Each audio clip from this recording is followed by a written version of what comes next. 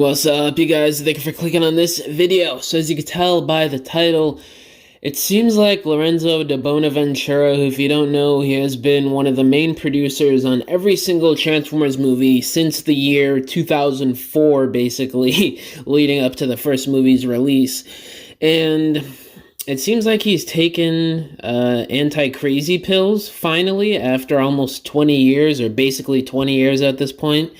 So he gives a bit of an update on the production and where they kind of want to go with the story of this Transformers and G.I. Joe movie. And a few main bullet points pop up in this interview that are really important that were listed here by TFW 2005 that I'm going to cover and obviously give you guys my thoughts and opinions on, as always. So this comes in from French site Premiere. Basically does an interview with this website, and he says here, first bullet point, the story will keep in a small scale with not many characters. Where was this 5, 6, 7 years ago when The Last Night and Rise of the Beasts and that little pocket of movies were in production? We could have really used this thought process back then more so than now. I mean, it's still important now. I mean, Rise of the Beast was almost a box office failure, for those of you who don't know. So we're treading on thin territory here. So it would also make sense from that point of view that Lorenzo is finally thinking a bit more sane in terms of character choices and story for these movies because of the diminishing returns the past almost 10 years now with these movies. It started with The Last Night. Bumblebee was sort of a success only because it only had I think a $50 million budget. So it was really only saved by the budget being so low on that movie. And with Rise of the Beasts, if you guys don't remember, it had a budget of $180 million. It only made $500 million at the box office, and that's not counting marketing and all those other expenses. So it didn't make that much. It made a bit, but not a whole lot. Definitely not something that would consider, a big profit. But that's pretty much where his head is at, basically, trying to, cut costs, but also make money back, definitely. So that makes sense that he's finally starting to think like this because of what's been happening the past two large-scale Transformers movies, which sucks. It is what it is. And then the next bullet point here, he says he's pushing to have 6 main characters between Transformers and G.I. Joe. So does that mean only 6 main characters altogether, or 6 main characters for just the heroes? And is he just talking about the main characters and not just characters in general? Because that would be pretty thin if you're trying to include Autobots, Decepticons, and G.I. Joe and Cobra.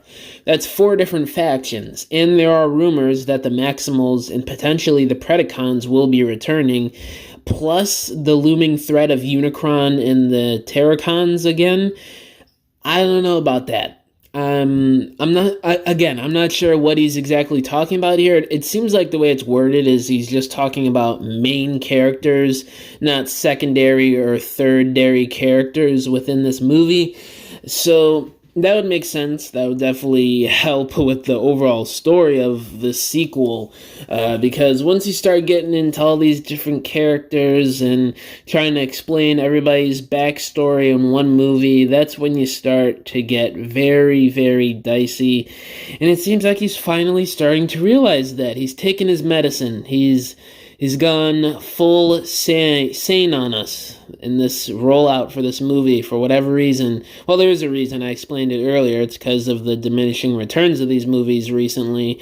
I don't know. We're just going to have to wait and see. Because if you guys don't know, over the last 20 years, basically, this guy has run his mouth a lot. A lot of things that he said have not come true, and it's not even a case of, he said this a year before the movie came out, so they just changed the story and the script and production. That would be normal, but this is not the case with this guy. He says things days or weeks before the release of the movie that that are just totally wrong with the movie and just never even freaking happen. Like the Dinobots having more characterization in The Last Night in Age of Extinction. Ironhide and Shockwave having bigger roles in Dark of the Moon, and Devastator and Sideways playing a large part in the movie and being main characters with a big backstory. Those are just some of the things we've heard from this guy over the years. Some of it over the years has been, to keep the plot from being leaked or revealed before the movie's even out. But some of these things are just plain wrong. Like, you can't just say some things that are just flat out lies for your upcoming movie. And I'm glad it seems like he's starting to learn from this, at least for now. I mean, the movie is still about 2 years out from coming out. So we're just going to have to wait and see if he keeps up with this. But the third bullet point here, he says, he confirms that Chris Hemsworth has been contracted. His role is yet to be defined. This is obviously probably just going to be Duke. I called this like 2 weeks ago when the news first broke that Chris Hemsworth was casted in this movie. He looks like Duke, and he's probably going to be Duke. He could be Cobra Commander. I mean, maybe they want to nab him up for that because of his new role in the Mad Max movie. I'm pretty sure he played a villain in that. I haven't seen it yet, and I haven't really read up too much on Furiosa, but it seems like he's playing a villain in that movie. Correct me if I'm wrong in the comments. So maybe they want to get him for that sort of energy for Cobra Commander. I don't know. That's just a wild speculation there, but if not for that, definitely Duke. And if it's for somebody else, I will be quite surprised because he seems like the perfect match for somebody like Duke. And the last bullet point here, he says he would like to have ROTB, Mirage, and Cobra Commander on this movie. So this is likely going to happen. I mean, we already sort of realized that Mirage was at least going to stay for this sequel. He also talks about how Optimus and Bumblebee obviously have to stay. I mean, do we really need Bumblebee again? Come on. Bumblebee serves literally no purpose to these movies for the past, 4 movies in a row. The last time he felt of importance in these movies was either Dark of the Moon or maybe Age of Extinction, but that's really pushing it. Ever since Age of Extinction, he's just seemed like a character that's been shoved in just because it's Bumblebee and the kids love him and he's an A-list character. Everybody knows Bumblebee. Nothing to serve a purpose with the story and drive the story of these movies forward. They're just shoving him in just to put him in just because it's Bumblebee.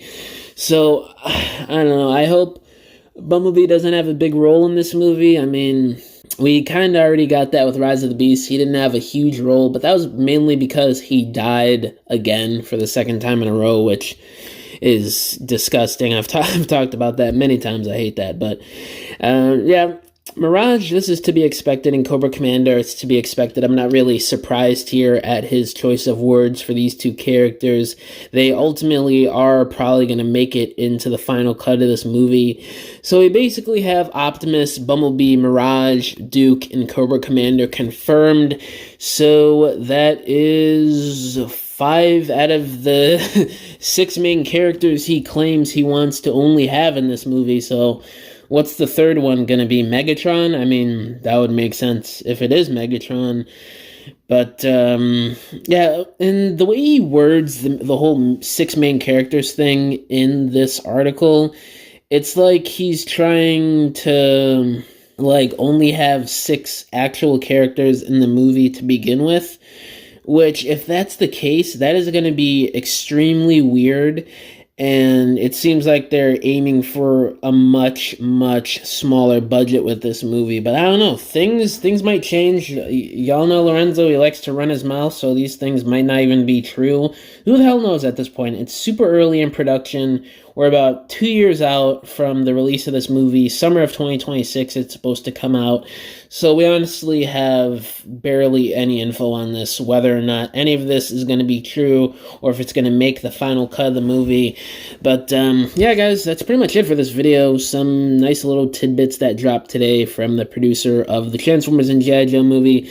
Who knows what's going to happen with this? Let me know down in the comments below what y'all think about these tidbits that the Bonaventura dropped in this interview. All my social medias are linked down below. My email is also linked down below if y'all want to hit me up about business inquiries, if you want to message me about whatever, or if you want to subscribe to my new Patreon link down below. It's got tons of exclusive content that you won't see here on YouTube or anywhere else, such as exclusive stop motions, Transformers photography. You guys get 1 week access before everybody else here on YouTube to my stop motion films. You guys get Discord access, exclusive music and music snippets for my stop motion films, behind the scenes of projects I'm working on, such as dioramas, videos, photography, and stop motions. So if you guys want to help support me and help support the channel, I would greatly appreciate it. But yeah, guys, thank you for watching this video. I'll catch y'all in the next one. Bye!